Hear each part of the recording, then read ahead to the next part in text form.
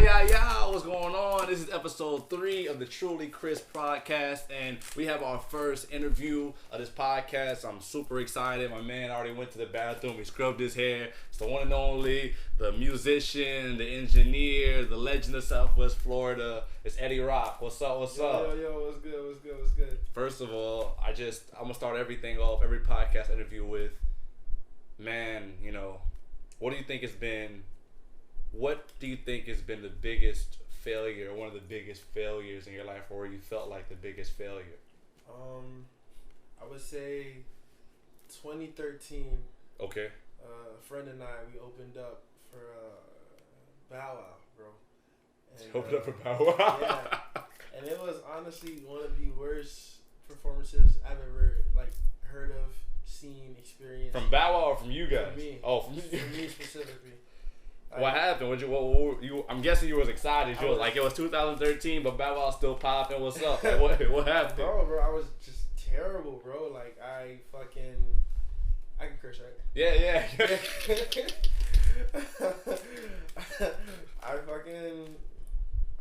I was just bad. I was unentertaining. Yeah. I was doing background vocals for him half the time. And it was like, yeah, in the back. And then I was just shell shook.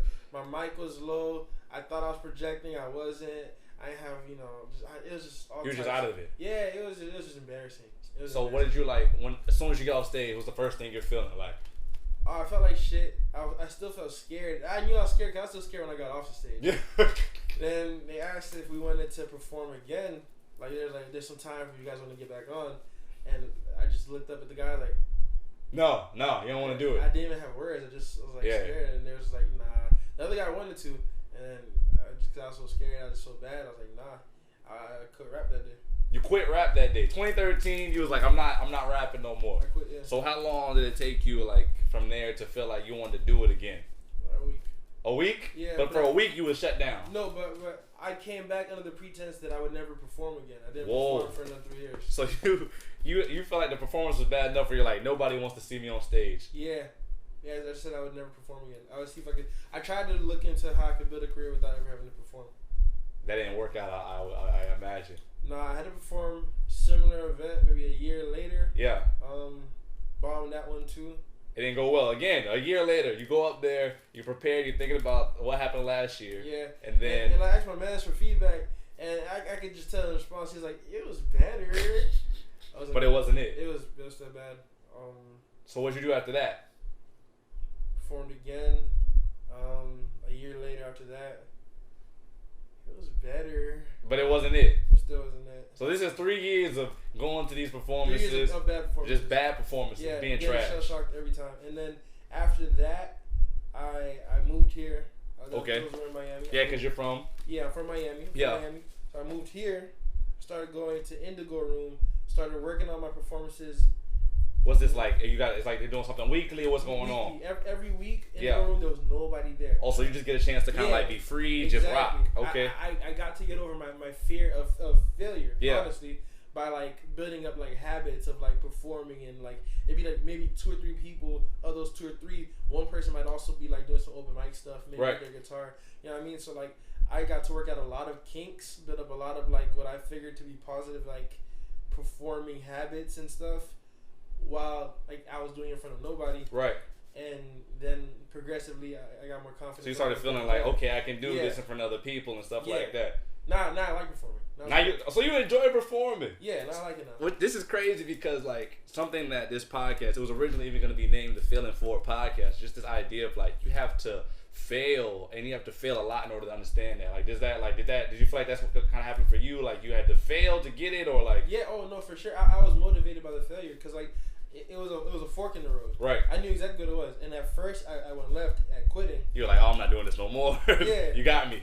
Then I veered a little bit more right, and then I finally made it all the way to the other side of matter of fact, I had a friend, and he's really strong, right? Just in all areas. He's the man. Built. Yeah. And we would ask him yo, how'd you get like that? And he was I had to work on one muscle group. There was another muscle group or just somewhere else where I was not strong. Yeah. And just even in life stuff, he was just good at everything. He's my motto is instead of just accentuating my strengths, to make my weaknesses no longer so, is how he would say it. So instead of just focusing on, I'm a great speaker, I'm going to keep speaking, he's like, I might not be a great dancer, I might not be I'm going to work on that really hard to get everything balanced. Exactly. Yeah. That's really difficult, man. We have so many weaknesses, we all like play to our strengths. Yeah, because like in society, we're taught play to your strengths. Yeah. Right? Hide your weaknesses. Yeah. And he's like, well, what if I don't have any? Or what if I minimize them? There you go. What if you minimize your weaknesses? You're always going to have a weakness, but if you have to work towards doing something for him, you can't shy away from it. Exactly. So he feels like he doesn't want to overcompensate. And that's something that like resonated with me, where it was just like, I was going to try to overcompensate, like maybe like have great songs. Yeah, songs are so good, you don't even have to see the performance. Yeah. No, like... Or by the time you got to the performance, it wasn't, they were performing it for you. Right. And then, and it just... One day I was like, what if I worked on my weaknesses? Right. And the things I was failing at. And you go in and you practice and practice. This is something that I feel like I just want to drive home for everybody. And that's why I want to start off with. I feel like you can learn a lot by somebody's personal failure. And you can also learn a lot, this is the first time I'm doing this, is if your mother had to describe who Eddy Rock was, what do you think that she would say? Like, how do you think that she would describe you? Eddy Rock doesn't exist to her. Okay. That's crazy. What does that mean? Yeah. What do you mean to that? Well, I mean, are we doing the hypothetical or are we doing like the real life? Just like, we're doing the real life. Like, it's my mom. She still sees me as my government. I don't got to get into that. Yeah. But like, do you think that she understands the mission you're on currently? I don't think anyone does. Oh, okay. So give me more. What do you mean by that? I think I maneuver through life where I don't get fazed by the, oh, yo, man, that's fire. Yeah. Oh, yo, man, like. Oh, that's the dopest thing I ever heard. Yeah. You're a god. You're the GOAT. Every guy you see says you're the GOAT. Yeah, exactly. I maneuver through life like, yo, what I'm doing is cool. Yeah. It's straight. It's solid. Yeah. I don't think anybody sees for me what I even struggle to see for myself. Right. Like, and the people who may see it don't help because they don't have any way to help me see the steps of it. So it's almost like it doesn't count. The people who I feel like know the process don't see what I see. Right. So I've kind of felt like that in my own life. I felt like it's like, the more motivated you are towards something, it's a big far out there goal. It's like there's nobody that you can actually share that with, and like you said, like you kind of share it with them, they can't even hold that vision. Like it's way bigger than them. So like you try to talk about it at home, but they want you to be what they care about your health. They care about where you're living. Exactly. They care about what you're eating. You care about the dream. So how do you balance that? Like making sure the people that you love kind of like know that you're okay, but you really focus on the dream more than you're like, I'm still struggling with the balance, bro, because like to me it's like, I don't know, it's like, that's hard. Yeah, hit me with it. I want to know. I'm trying to understand the answer too. Because to me it's selfish, but it's more on them to, if you see what I see, right, when I don't have time for you, right, you say, of course you don't. Yeah. Not, I don't understand. Yeah. Yeah, if you understood what you had to do to get to where you want to go, you'd understand the sacrifice. Right. But on the outside of that, they know what you want to do and they support that, but they still have a vision for you. So they want you to kind of like fit within that model of what a working person looks like. Right. So how do you defeat that? Do you have to show them what you do, or does that not really work? I lean heavily to one side at a time. So I'm either crazy invested in my work. Yeah. Been up 3 days grinding, planning, sleep 6 hours, go back, start doing it again. Or I let like the guilt overtake me. And then I'm always there. Yeah. To the point where it's scary because it's like it feels nice, right? It's like the white light at the end of the tunnel. Right. Where it's like, oh man, like I'm not working hard anymore. Right. And it feels good. Yeah, you're hanging with the right people. You're doing all the things you're supposed to be doing. Right. But you haven't earned what you wanted to earn yet. Yeah, so you have to go right back into it. It's the matrix for me. Right. To me, the grind to success is when you take the pill and you see that the world is dark. And like it sounds like crazy, but it's like it's hard. Right. And like the chilling is you're back in the matrix. and it's not that bad. Yeah, it's not real. Yeah, exactly. It's not the real like path to success to me. Right. So there's like being amongst everybody and doing what they want me to do, but that's pacifying and that's suppressing that urge to like, nah, man. Sometimes you got to get out the matrix and you gotta go do it. You gotta go grind. Yeah, you gotta go do it. So why do you feel like in this world of creatives and we're always championing the community, why do you feel like so many people don't find success? Or why do you feel like so many people get stuck, in a place where they're creating but they're not growing? If you're talking about that, getting out of the matrix, I think it's a simple answer to me. Okay. I think it's as simple as they don't want it enough. Everybody feels like they want it. Everybody's passionate, right? What cuts people from each other? What cuts that? That real want to. Yeah. I feel like negates almost every excuse. Okay. It's like I want to be able to do something. I can't do it. I don't want it bad enough. So what I say is the people who can do it are naturally talented. So you start creating a world where if you had all the things right, you would have made it. You could go further, but everybody else is better, or they have something that you weren't born with, or they had an opportunity. Right. It's I don't like. It's this idea. If I really want to, I can budget out my day, figure out where I spend my time, and find places to work on my craft where I'm otherwise spending it on entertainment, socializing, sleep. Like, where do I have time in the day to get better? Right. And it's like, if I tell myself, no, I have to watch TV, you have to unwind. Yeah, you have to unwind. You have to sleep. I have to go hang out. I have to have some leisure time. Right. And by worse, justifying it because the people who may have what I want seem to have accomplished it without sacrificing those things. I think that I have to work just as hard as them to get to where they are. Right. And I don't ever accept the fact that I have to work harder sometimes. Yes. Yeah. You see the people, and a lot of times we see the people, but we don't actually know what they went through to even get there. The sleepless nights. They don't document that. They talk about the parties, the great life, and what they're doing today. And I think we get caught in that. And then you're right. There are some times that somebody kind of got a little bit lucky, and we think that we should have either gotten lucky or it'll just come upon us. If it wasn't luck for me, then it's not meant to be. Or it's not genuine. Like, people are gonna love me off the music. People are gonna love me because my art's good. Right. And there's a lot of people who have a lot of great art and they don't go anywhere. Exactly. So I feel like when you really want to, you realize that if there's something you don't know how to do, that there's ways to find out. Yeah. If you really want to know. YouTube is everything you want to know is on YouTube. And if it's not that 5-minute YouTube video that gives you the information, it's not worth it. Yeah. A lot of people think like that. Yeah. It's like, oh, this is 45 minutes with some guy with this boring British accent. Look, I was looking for the 3-step process that made everything easy. Oh man, then it's nothing. Then I can't learn. Right. It's like, how bad do you want to know? Right. So how much time do you think you spend a week researching or trying to learn something? I let it consume me. I have a portable speaker. Yeah. I don't know if it's it. It's waterproof, bro. I set the YouTube playlist. Yeah. I take a shower. You just let it go. I'm learning. Always. I go to sleep. I put my pillow under or I put my phone under the pillow. Yeah. I'm playing it. I'm letting it sink into my subconscious. You don't stop learning. I don't. I'm at work. I got it playing in the background while I'm working. I got my headphones on. I'm driving in the car. I'm always learning something. You think that that's really the difference? Like, somebody just taking it their ownness to learn something new and constantly be evolving, that's gonna take them from zero to hero, or is that just a piece of it? Like, what? Wait. Do you think that just consuming new knowledge every day or trying to take in things that you don't know, that's the key, or do you think that that's just a part of the greater? I think it's just a part of it. It's just a part of it. I think knowledge without application is worthless.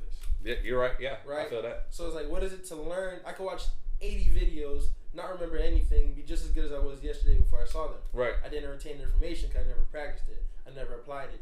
So it's like, I'll watch a video, I'll sneak it until the next time I write a song, the next session I have.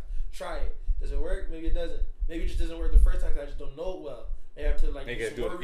Yeah, you gotta do some more. Just do it again. Yeah. Before I give up on the process, I have to fully like. So just because you know it doesn't mean you know how to make it applicable to you. So now you gotta keep doing it over and over. Sometimes we try to do it one time, it didn't work. Yeah, and it didn't work. And it's that mindset of how bad do you want it. Yeah. Oh, it didn't work the first time, it'll never work. That's it. Right. I'm done. I give up. So you said also earlier, you kind of said the difference between like it's about how bad you want it. So my question for you is then like what's driving you? Like because the want has to come from somewhere. Well, I believe the want comes from a place. So what's your personal want that makes you wake up every day and work tirelessly and learn something new constantly? It's a pride issue. Okay. It starts with I'm gonna work really hard, right? And then you reach that point where it's like the middle of like the journey, and it's like I worked this hard. Right. I'm not about to stop now. Right. Because I'm always afraid that today is the day I stop, and tomorrow is the day that I would have got what I wanted. Right. And maybe not, but it would have been the thing. It would have been the catalyst that would have got the ball rolling. Right. And sometimes things move slow, and sometimes you do make that big jump in a day, where it's like now you're here and then you're like there. Like, right. That happens sometimes. Like for example, like the day I was working at the studio, the first day you went into the studio. Yeah, it was literally just like slow grind, shadowing, and then I could have been like, yo, I don't want to do this anymore. And by chance, one day I went from making no money off music. Yeah, I'm in there every day. You ain't gonna be in your pockets, but you working. Just because I was there one more day at the right time. Right, it just because you were there, and then if I remember correctly, you were there, and then somebody else couldn't be there, and then like now you had to man the studio. Yeah. But if you would have stopped going, you would have got tired. You would have said, "I'm not getting paid to shadow. I'm not." Right. You know what I mean? Right. So you're telling me like you just had a passion to want more and just to grow as a person. Yeah, exactly. And it's what's driving me is I don't know what my heights are. And I'm very interested to see when I lay down to rest and I talk to my kids and I'm like, hey, when I was young I used to do this. Yeah. What's the best thing I can tell them I did when I was young? Right. I reached where? Right. Was it 1,000 plays? Was it 10,000? Was it 100,000? Your dad once got 1 million plays on a song.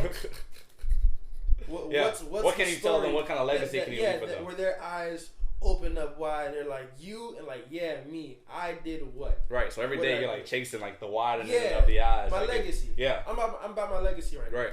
Right. Is that something that you learned like coming from like your home? Like you cared about your legacy? Is that like just like something that you like owned? What is that? Yeah, like it came from home for sure. My family comes from a third world country. Right. We come from Haiti. You see the story of rags to middle upper class, right? Right. Or no, not middle upper class, but upper middle class. Yeah. Middle class, whatever. But like from poverty. Right. That's a big jump. Right. That's pretty far. Yeah. I mean. So it's almost like your job to finish the baton. Like they pass the baton to you, and now you gotta win. You come from a family like that. They're like, yo, we got you to America. Yeah. Do something. That's huge. Yeah. Like, what's your story? Right. You gotta like keep that fire going. Right. So what is it? I made it to America. I'm here. What is it? I'm here. That's it. Yeah. That's my story in my family's line. That he was the first here, or was I amongst the first generation to graduate from college? And then what? Right. I'm writing a story. My life is a story, and I'm writing it constantly every day. Yeah. When I listen to your music, it's like, first of all, when I see the way that people interact with you, it's like there's so much love in the city for who you are. But when I listen to your music, it's almost like it wasn't always love. So like, where's that kind of like coming from? Like, was there a moment where you weren't always, the big man or the great engineer? Like, what was different from then and now? Like, that kind of gives you that kind of edge. I live with an edge every day. The support is cool. Yeah. But I don't see it all the time. Not in the sense that it's not there, but I have a tunnel vision that is centered on negativity. Okay. Right? And it's not that like I let it bring me down. I use it as motivation. Right.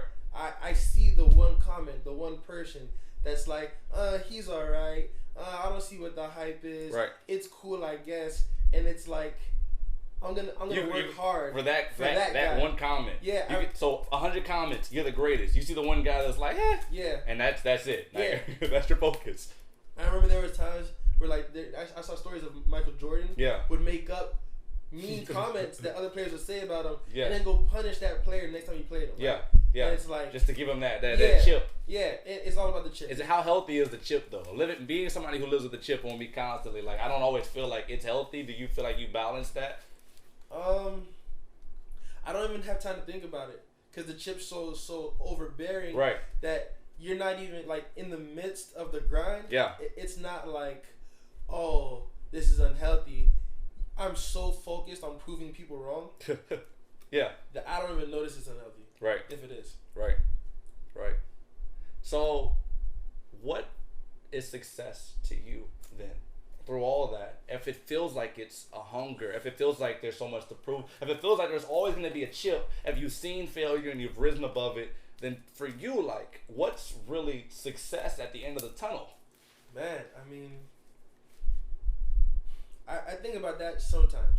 Okay. Sometimes I work so hard I forget what I'm working for. Whoa. Like yeah, that's you kind of get like there's that tunnel and there's no real light. You're just in the tunnel and you're digging. Exactly, and it's back to the idea of like writing my story, working on that legacy. Right. I don't have a concept of enough down. There's no this is the career milestone that when I get it, I have reached success. Putting your family in a big house. That's not the box that you're constantly checking. Make $1 million. Never have to work again. I don't know, because I don't think any of that would be enough. Like, for example, right? I'd say in 2017, I did a string of features. Maybe 2016, I did a string of features. Probably at best, the most that me alone on the song helped somebody get, probably like 900 plays. Yeah. Right? I look now at some stuff that my name is on.